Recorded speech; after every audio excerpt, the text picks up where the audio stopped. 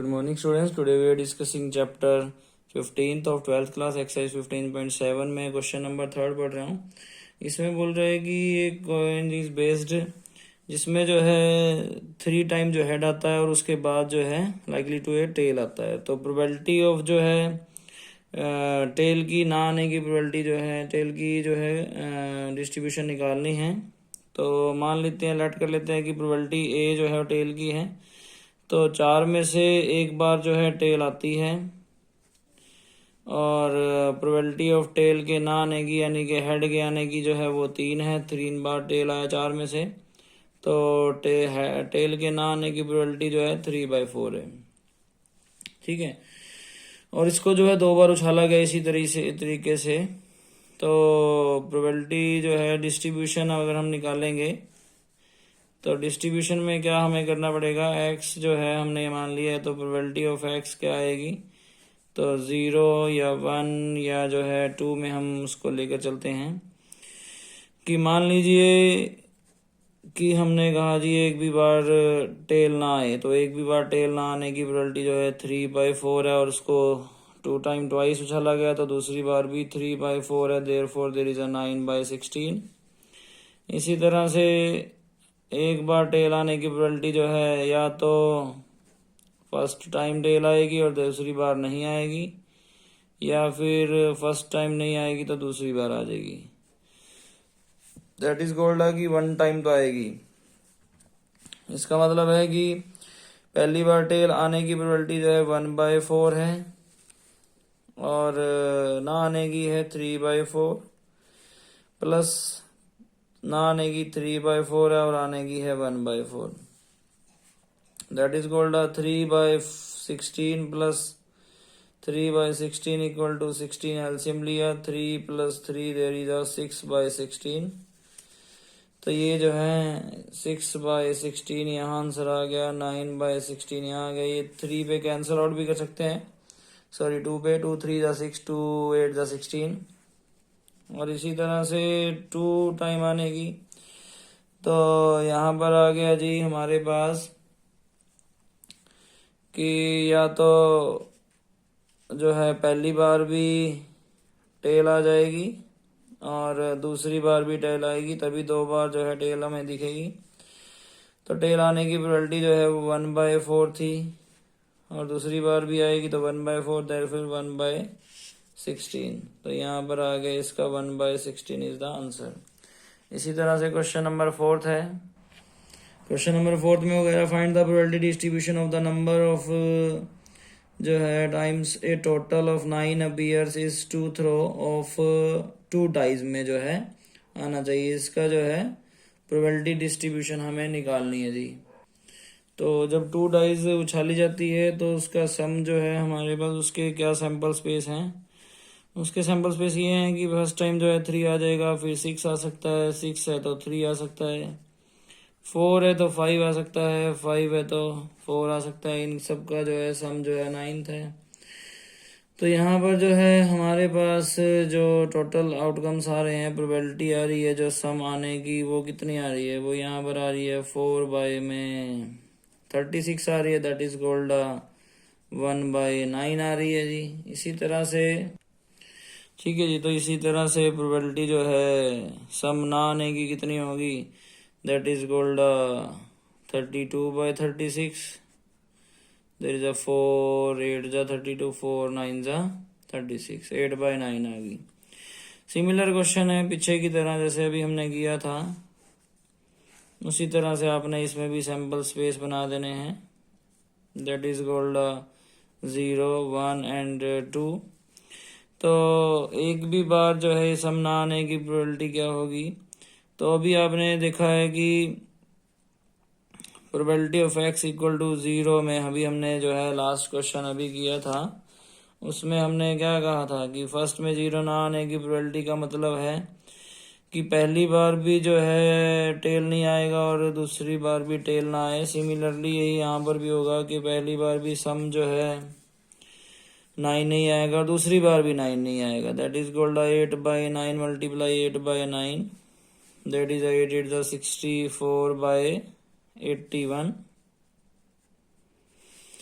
तो probability of जो है x इक्वल टू 1 आने की प्रोबेबिलिटी क्या होगी, यानी कि एक बार तो सम जो है 9 आ ही जाए। इसका मतलब है कि या तो पहली बार 9 आएगा, दूसरी बार नहीं आएगा, या फिर दूसरी बार आएगा तो पहली बार नहीं आएगा जी। ठीक है, that is called 8/81 and there is also 8/9 9 is 81, therefore 81 is LCM, 8 plus 8 there is a 16/81। Similarly इसी तरह से प्रोबेबिलिटी ऑफ जो है दोनों बार आने की, तो दोनों बार 9 आने की प्रोबेबिलिटी होगी, पहली बार भी जो है आएगा और दूसरी बार भी आएगा, देयरफॉर 1/81, तो 1/81। इसी तरह से इसके नेक्स्ट क्वेश्चन भी हैं, 5th 6th 7th, इसी की तरह से आपने उनके क्वेश्चन भी कर लेने हैं। Now next question is question number 9। इसमें बोल रहे कि 3 bad article are mix with 7 good article से जो है वो मिक्सड हो गए। तो बैड जो आर्टिकल्स हैं वो 3 हैं और जो है गुड आर्टिकल जो है वो 7 है, टोटल 10 आर्टिकल हैं। तो यहाँ पर बोल रहा है कि find the probability distribution of bad article की निकालनी है। If 3 are drawn at random without replacement from the slot से अगर निकाले जाए तो ठीक है जी। तो इसमें जो है 3 आर्टिकल उसने निकालने हैं। मान लीजिए एक्स जो है डिनोट कर देते हैं हम उसका आर्टिकल को, या तो उसमें जो है बैड आर्टिकल्स एक भी नहीं आएगा, या एक बैड आर्टिकल आएगा, या 2 आएंगे, या फिर जो है 3 बैड आर्टिकल्स में आ सकते हैं। ठीक है, तो बैड आर्टिकल्स जो है यहाँ पर निकालने के लिए जो है प्रोबेबिलिटी ऑफ जो है एक्स एक भी ना आने का मतलब ये होगा कि जो कॉम्बिनेशन है वो 7 के 7 जो है किस में से निकल जाएं, जो 3 के 3 आर्टिकल हैं वो 7 में से आ जाएं। टोटल में से 3 लिए थे हमने। ठीक है, तो इससे भी आप निकाल सकते हैं, और नहीं तो आप ऐसे निकाल सकते हैं कि जो फर्स्ट आर्टिकल निकाला था वो भी किस में से आया, वो भी हमारा जो है गुड 1 में से आया, यानी कि 7/10। दूसरा आर्टिकल भी जब हमने निकाला तो वो भी इसमें से आया, तो टोटल कितने बच गए, 6 बच गए गुड, और टोटल 9 बच गए। तीसरा आर्टिकल जब निकाला वो भी इसी में से आया, और गुड कितने बच गए, तीसरे पे 5 जो बच गए, और 5 में 8 आ गए। तीनों आर्टिकल जब गुड में से आए तो ये होता है 5 2 ज़ा 10, 2 3 ज़ा 6, 3 3 ज़ा 9, 7/24। इस तरीके से भी यही आंसर आएगा और इससे भी यही आंसर आएगा। ठीक है, इसके बाद जो है फिर उसके बाद हम कहते हैं कि जो है यहाँ पर एक बैड आर्टिकल निकल जाए, बाकी जो 2 आर्टिकल हैं वो जो है हमारे गुड 1 निकल जाए। उसके बाद जो है इसमें से क्या होगा कि जो 3 बैड हैं उसमें से तो एक चूज करना है, और जो 7 गुड 1 है उसमें से 2 चूज करने हैं, और टोटल में से तो 3 ही रहने हैं। तो इसको भी सॉल्व करते हैं। वो तो आपको इस तरीके से भी कर सकते हो, इससे भी कर सकते हो। तो इसमें कैसे होगा, 3C1 है, क्या होगा 3 factorial over 1 factorial into 3 - 1 there is a 2 factorial.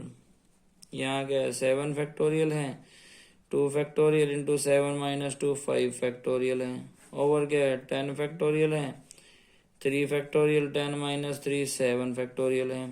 ठीक है, तो इसको भी आप सॉल्व कर दीजिए। जैसा कि यहाँ पर 3 into 2 factorial over 2 factorial cancel out, 7 into 6 into 5 factorial over 5 factorial से 5 फैक्टोरियल कैंसल आउट।